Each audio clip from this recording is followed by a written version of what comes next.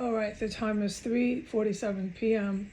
Saturday, November 30th, Eastern Time Zone, 2024.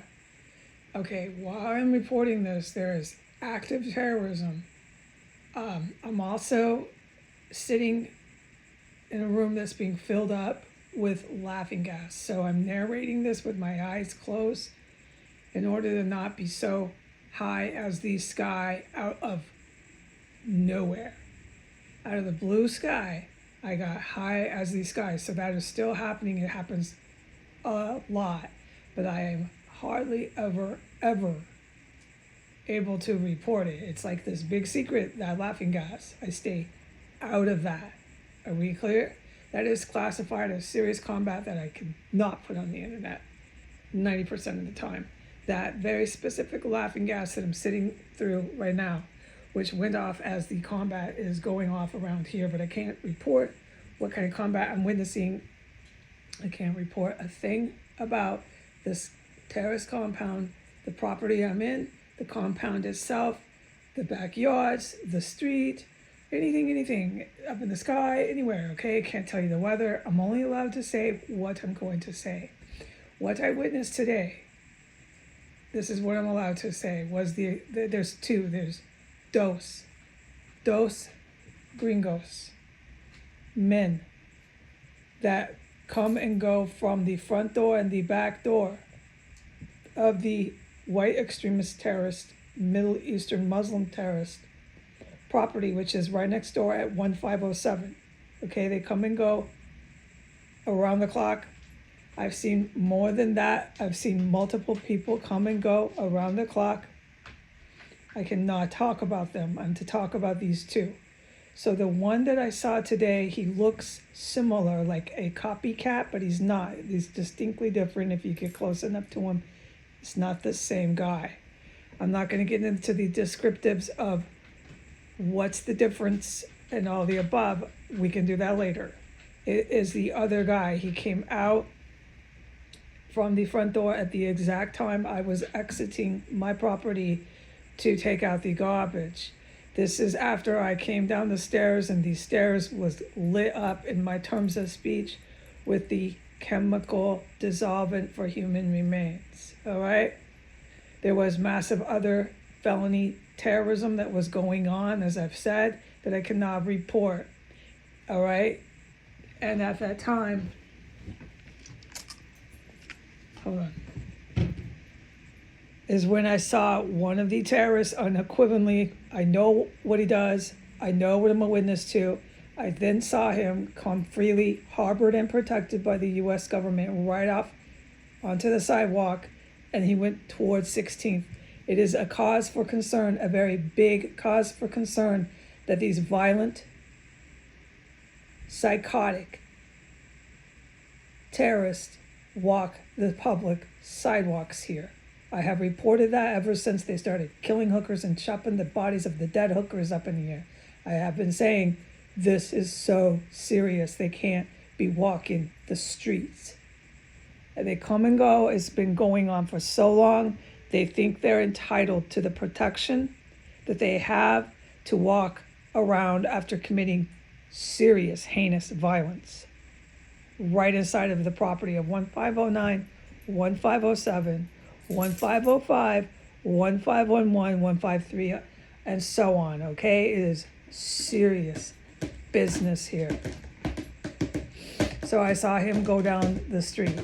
While he went out of his house, smug, sneering, smirking, staring off into the distance under the influence of something. I couldn't tell if he was drunk or high, but he wasn't sober, if you want my take on it.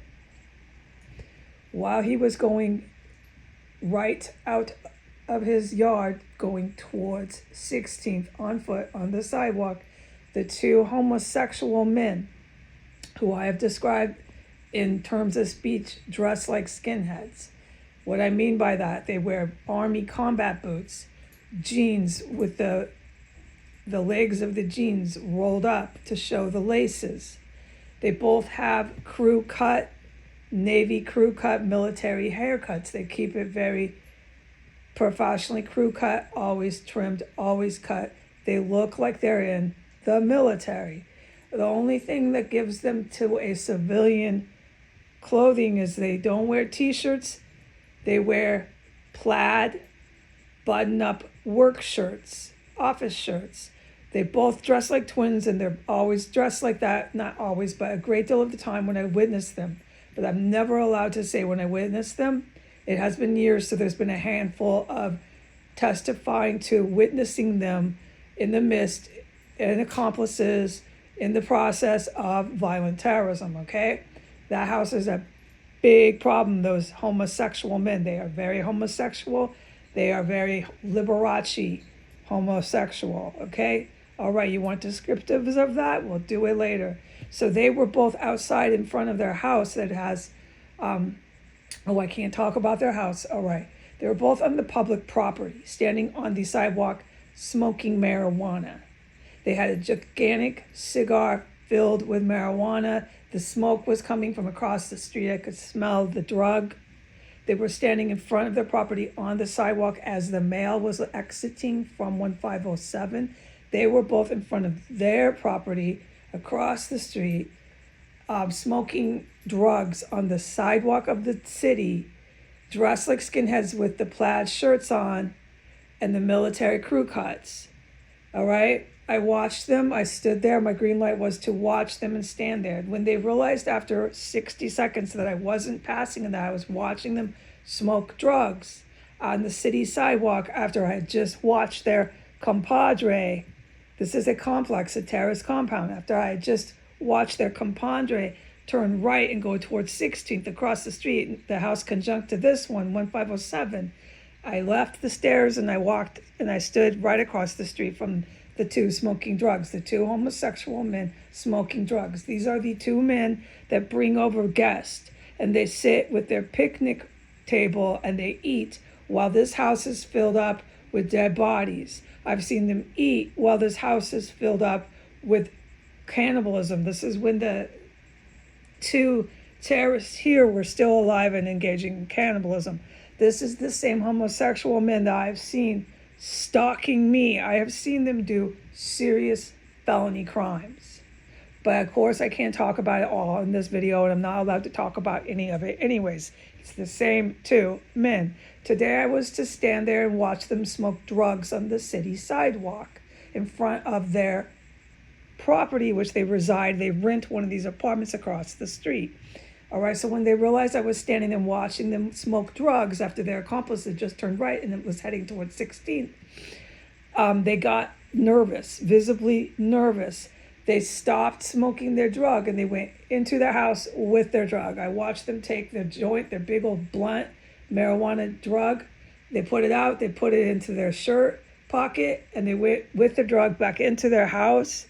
I watched them go into the complex front door, and I watched them open their apartment door, and then I went and I continued to take my garbage out.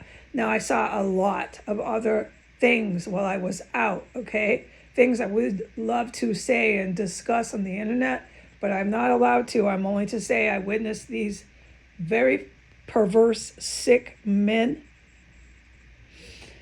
All three, tres, all of them are white.